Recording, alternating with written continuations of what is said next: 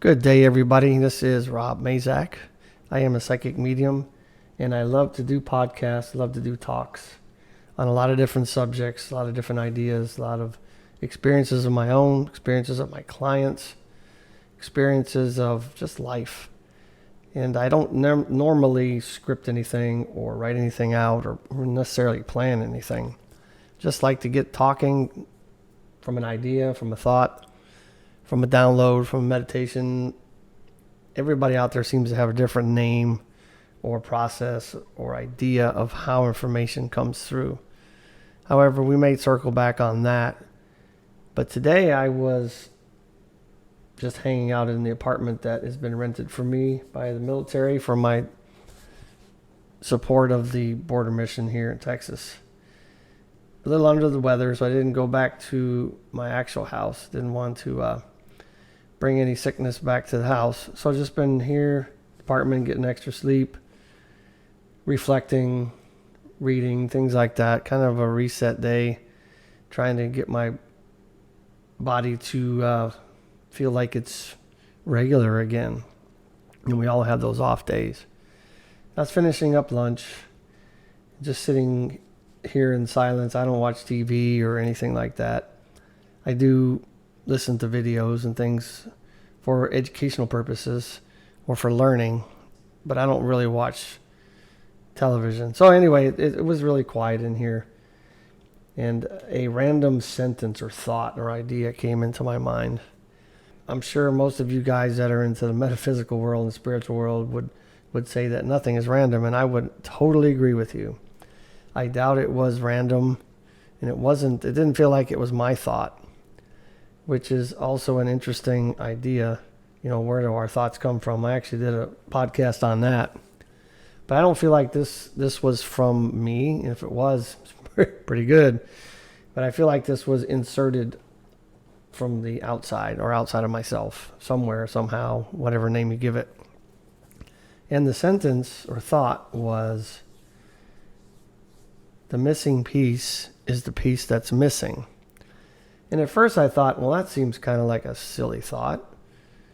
But the more I pondered on that and sat here and reflected on that, it actually makes a lot of sense. I think, to break it down simply, to me, that phrase actually means that the piece that's missing is us, is me, is you. It's this human experience that we are here to have. We are here to have this experience for a number of reasons, and everybody has their own belief in that. But having done many different past life regressions and for others, and also done my own and had some done for myself, and I do hypnosis and all kind of things.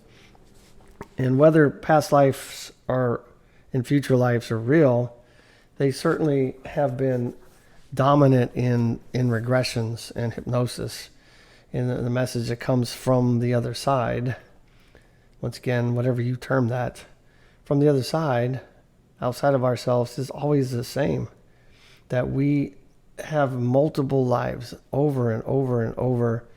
And you could link that up with karmic lives or reward lives or lives that we choose to come in to experience certain things. I mean, there's a lot of reasons I have gathered through all these years of doing these things.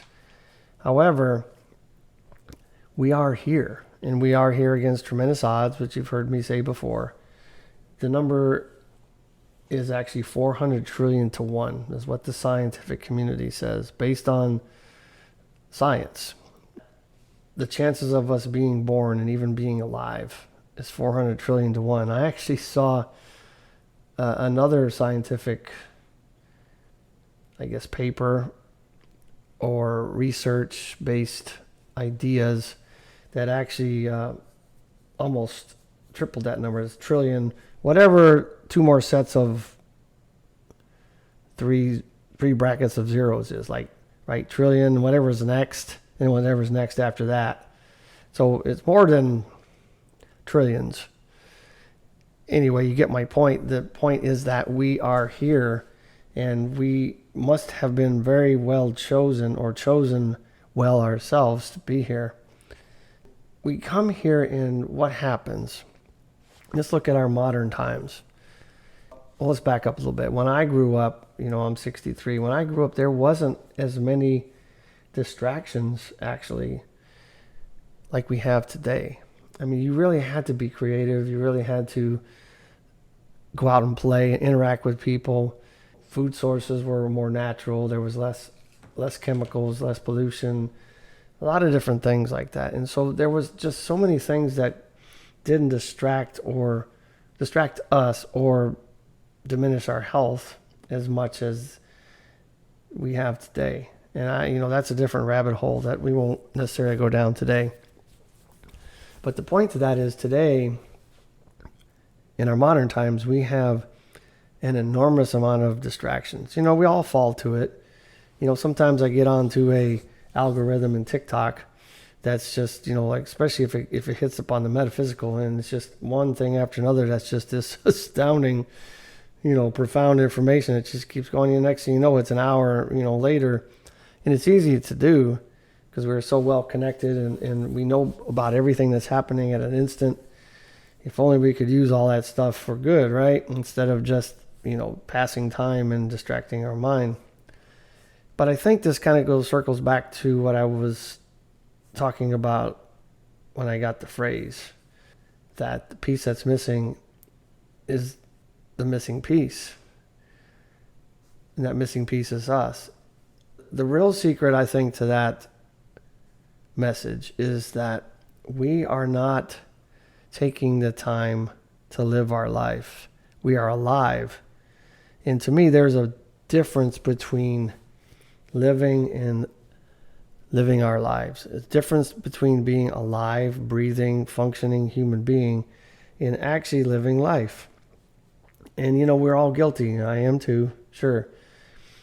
But we have a mere 70 some odd years these days in our, once again, modern times to spend here in this particular life. And we are simply renting the body that we have to carry us through this life.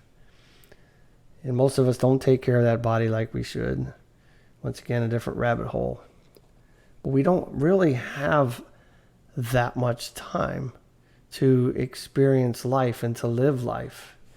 I mean, if you go back to some of the things that, for example, like Les Brown says, like I said, I don't usually read things, but I'm going to read this for a second.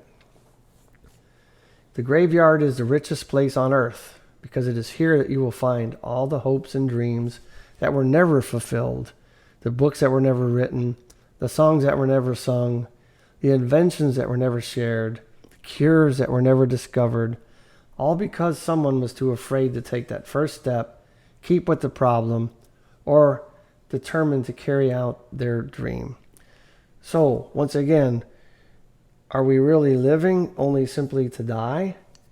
I mean, let's just face it. We are human beings, and we're not a permanent fixture. Even though we're here against tremendous odds, we are only here for a whisper of time. We really are. We spend most of our life actually in the dying process. So most of us will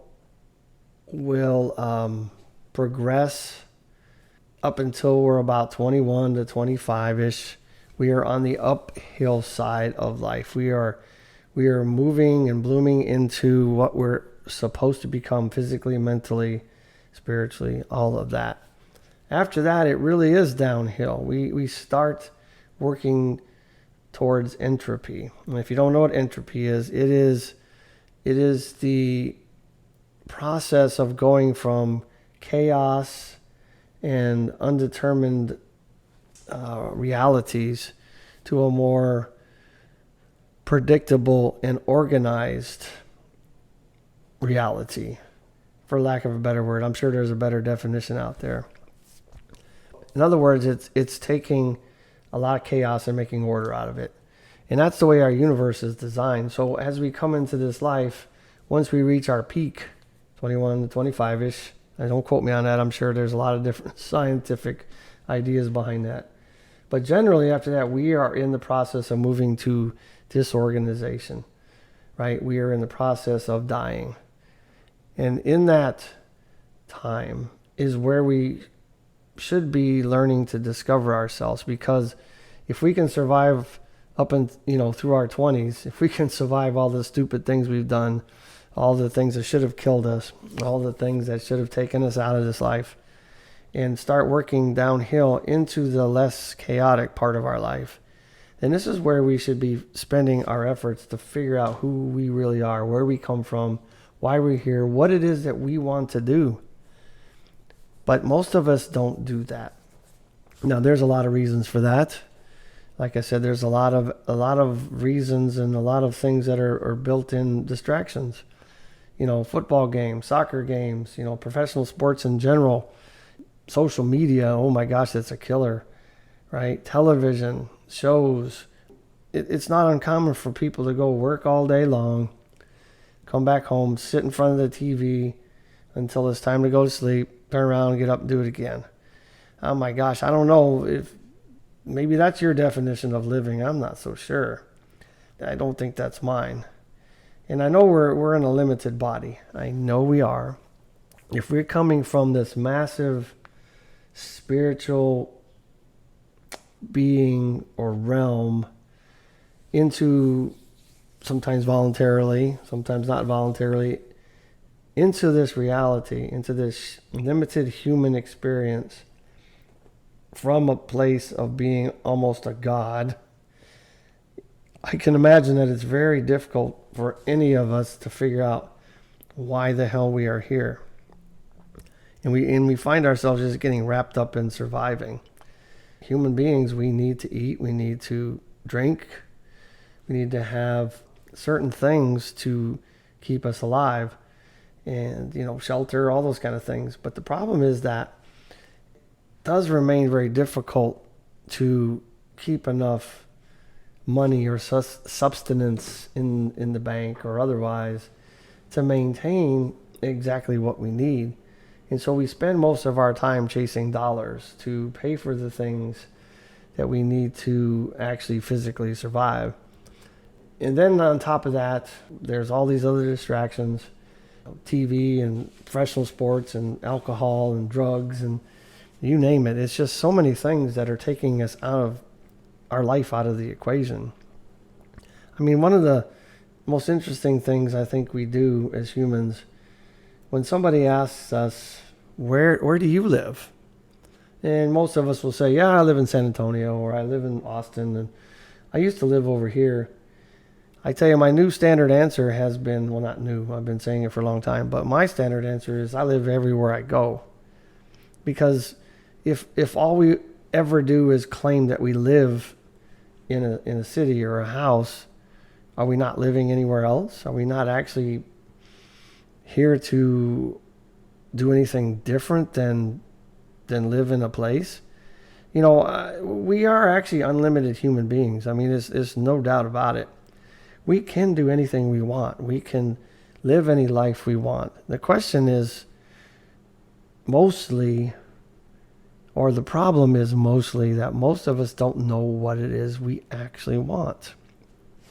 And some of that comes down to the fact that we're so distracted with surviving and trying to get to the top of our job and on and these kind of things, that we don't ever take the time to think about what it is that we want.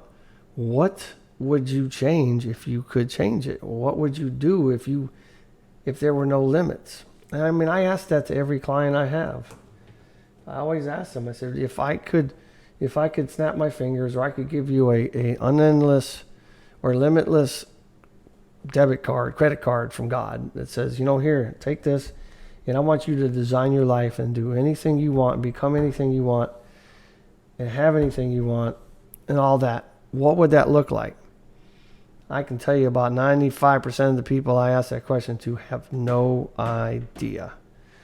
Most of the problem with us having goals and directions and living life is we don't know what it is we want. And I'm not saying that's everybody. I mean, there's there's a number of people out there that have decided and have gone after it, and they've made great effects in this life, and they've made great changes, and they do great things, and they become somebody, I guess you'd say. by and large, most of us are just wandering through life, waddling through like a little toddler, and, getting from, Monday to Friday. Thank God it's Friday. Why the hell would you thank God it's Friday? The next day Saturday, the next day Sunday, and the next day's Monday. Why would you thank God for Friday? Because if you're only living to Friday, you're basically celebrating the fact that you're going to go home and quit and lay on your ass and sit on your ass and do nothing or party or do whatever for 2 days. I don't know about you, but life should not be, a temporary time off, a couple of weeks of vacation every year if you get it. Don't get me wrong. I love to work. I love to put in a good day's work. I love to do a good job at whatever I'm doing. I love to give 100%. But it's not everything. It can't be everything. If we spend 8 hours as a standard working every day, which is very rarely 8 hours because you got to travel and you got to eat lunch and you got to do all these different things, and then we sleep a third of our lives, and oh my gosh, it seems like if you take those out of the equation, work and sleep, just simply work and sleep, not all the others, not stupid things, but things that don't really take your life in a positive direction, add those, we're not even adding those. But just sleeping and working, how much life do you have left to live? I love to sleep like the rest of us. I mean, I think it's a great thing. And I think our body does need that reset. That's okay. But my point to that is that leaves very little time left in each day, and a large chunk of our life is taken away from us to actually spend time living. Let's circle back on that for a second. So if we're at work and we find that we're just trudging through our day and we're not enjoying it, you can actually make work living. You can actually learn to enjoy it. You can interact with people. You can lift people's days. You can find a way to actually live life at work. And I don't think we can continue to make excuses about work and sleep and kids' homeworks and all these different things that take us out of the equation of our life. There's always a way to live life. And I'm not saying it has to be some glamorous thing, some monstrous idea of life-changing ideas and motives and actions that just change the world. It doesn't have to be that. It has to be what it is that you want it to be. Because nobody else is really here to live your life. I don't care who you're with, how long you've been with them. It doesn't matter. Your life is your life, and you walk it, they don't. They need to walk their own. I mean, it's great if somebody can walk along the same path as you, gives you support, you support the other person, great. But guess what? When you wake up every day, you have everything you need. Every time you lift that head off a pillow, assuming you have a pillow to sleep on, then you have everything you need to be the best you. And the other question, I guess, is if you're living life and you look back, if you feel like you're actually living life, if you feel like you're being the best you, changing the world, with all your actions, changing other people's lives, whatever you classify as living life, take a moment, look back 10 years, 15 years, maybe 20 years, or even last year. Are you doing the same things? Are you thinking the same way? Are you earning the same amount of money? Do you have the same type of jobs? Do you have the same types of relationships that you've always had? Look at your day to day, and it's no different. Then what are you doing? Are you really living life, or are you letting life live you? Because if you don't set your path in life, life will set the path for you.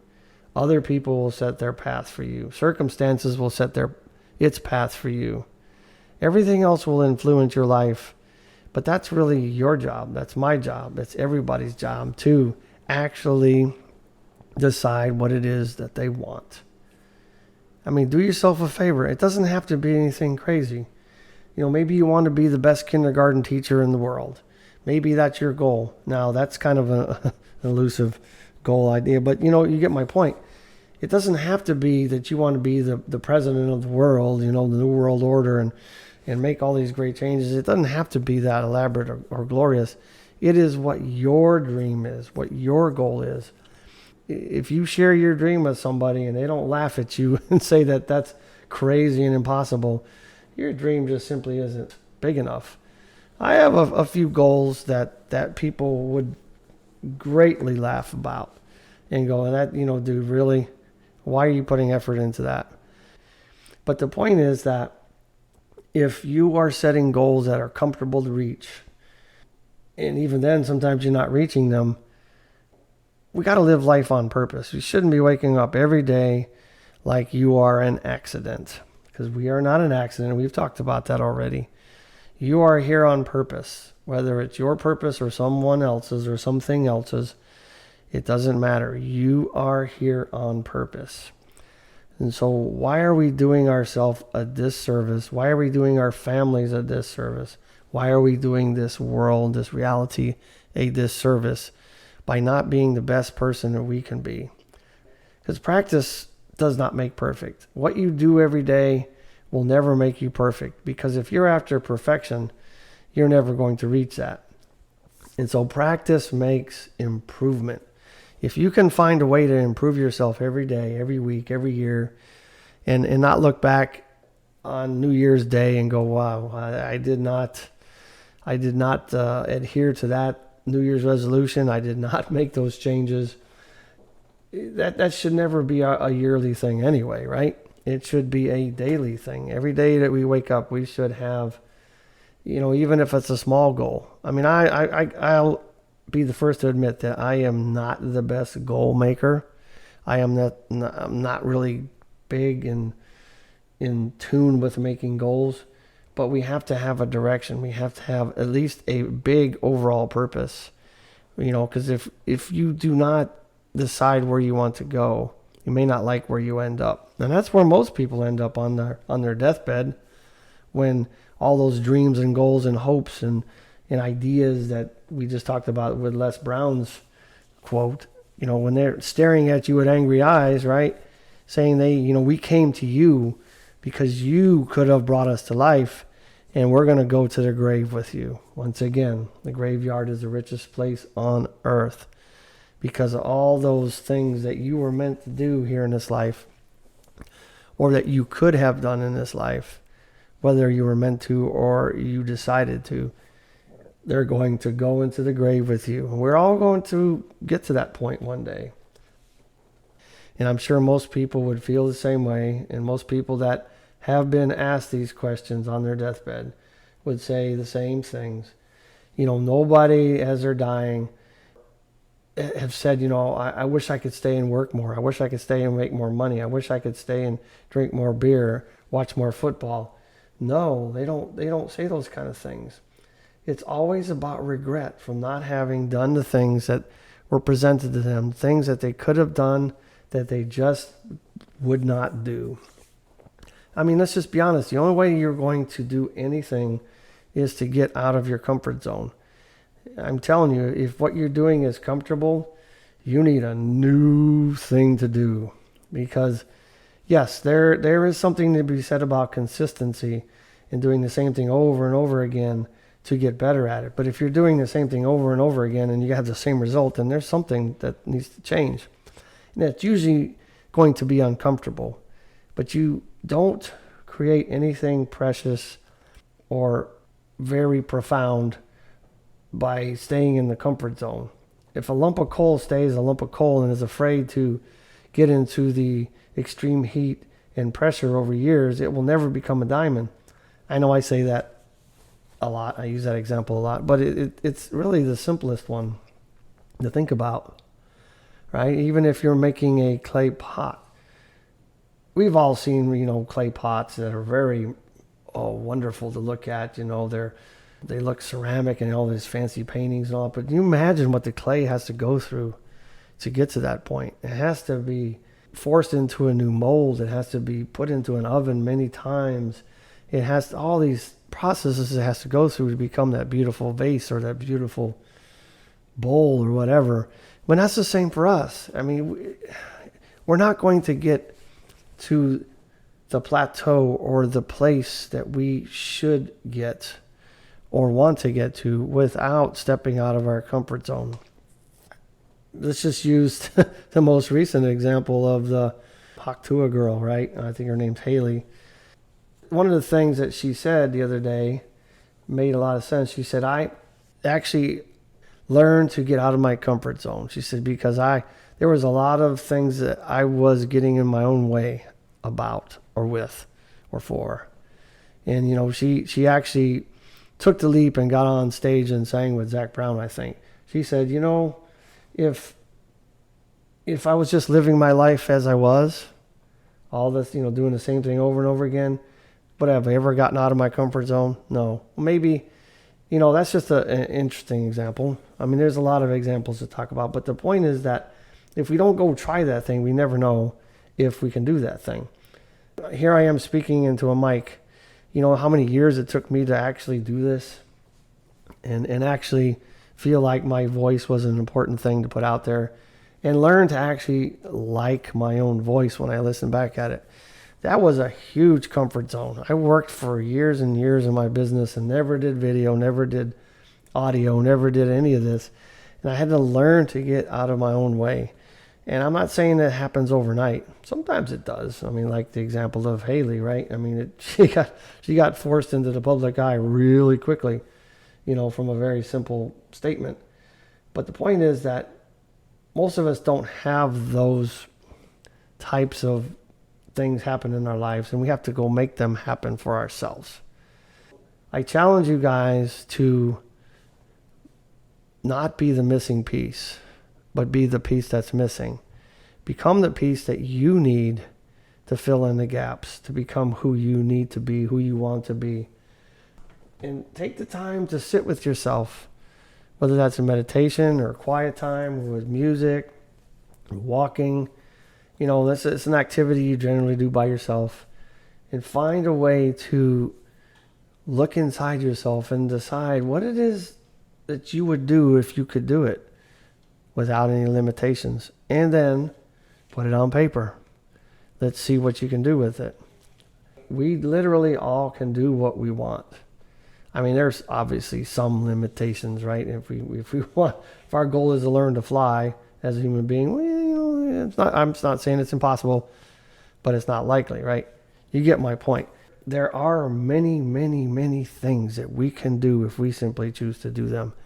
And let's all decide that we want to change this world to make it better and not allow the world to crush us and drive us in the direction that it would like it to do. I'm personifying it, I get it. But let's not let life live us. Let's live life. And I'm talking to myself too, because it's easy to get into patterns and ruts and doing the same thing over and over and over again and not getting out of our comfort zone and trying new things. And so I challenge you guys to do that. And I love to hear stories about this. And what's my favorite part of the business that I am in is when I get to talk to people and I help them start to get out of their own way. And it's not me. I don't get credit for it. They do the work. I simply get to hit the start button. And it's so cool when you see somebody that you worked with 3, 4, 5 years ago come up to you and share this elaborate new journey they started after they've been working with you. And it's just, it's so awesome, right? That you can help people change their lives. And I'm sure there's plenty of you out there that would love to do the same things. Is it me that's helping them? No, not necessarily. It is me helping people see the other side of the coin, other alternatives. Let's look at it from a different direction. Let's look at it from an outside view. And we all need that. Nobody's an island. Everybody should have somebody that helps them, gives them an objective view. And once again, become the piece that is missing. Let's not allow that phrase to continue perpetuating. And let's put it all together. Let's decide what we want. And let's move in a direction. Movement is one thing. Goals and directions are another, but you need both of them. You can't put goals on paper without moving. You shouldn't be moving without a direction. It's like getting in a car and going, I'm just going to drive, not knowing where you're going. How many of us don't know where we're going when we get in the car? We almost always know we're going to work, we're going home, we're going to a friend's house, we're going to wherever. We don't just get in our car and drive around for the heck of it. Well, I mean, sometimes, sure. But about 95% of the time or more, that's not true. So you get my point, right? I will close this out, but I want everybody to really, really, really think about these things and decide that you are going to become a much better version of yourself than you were yesterday, a year ago, 5 years, 20 years ago. And let's just do everything we can while we have the time in this little short life we have. As always, I love to hear from you guys. If you will go to my website at lifebymazak.com, LIFEBYMAZAK.com. Find my contact page. You know what to do when you get there. And you reach out to me. Let's collaborate. Let's talk. I love ideas. I love to hear what other people have to say and how they feel. I look forward to hearing from you guys, and you guys will hear from me most assuredly again. Stay strong and live your life.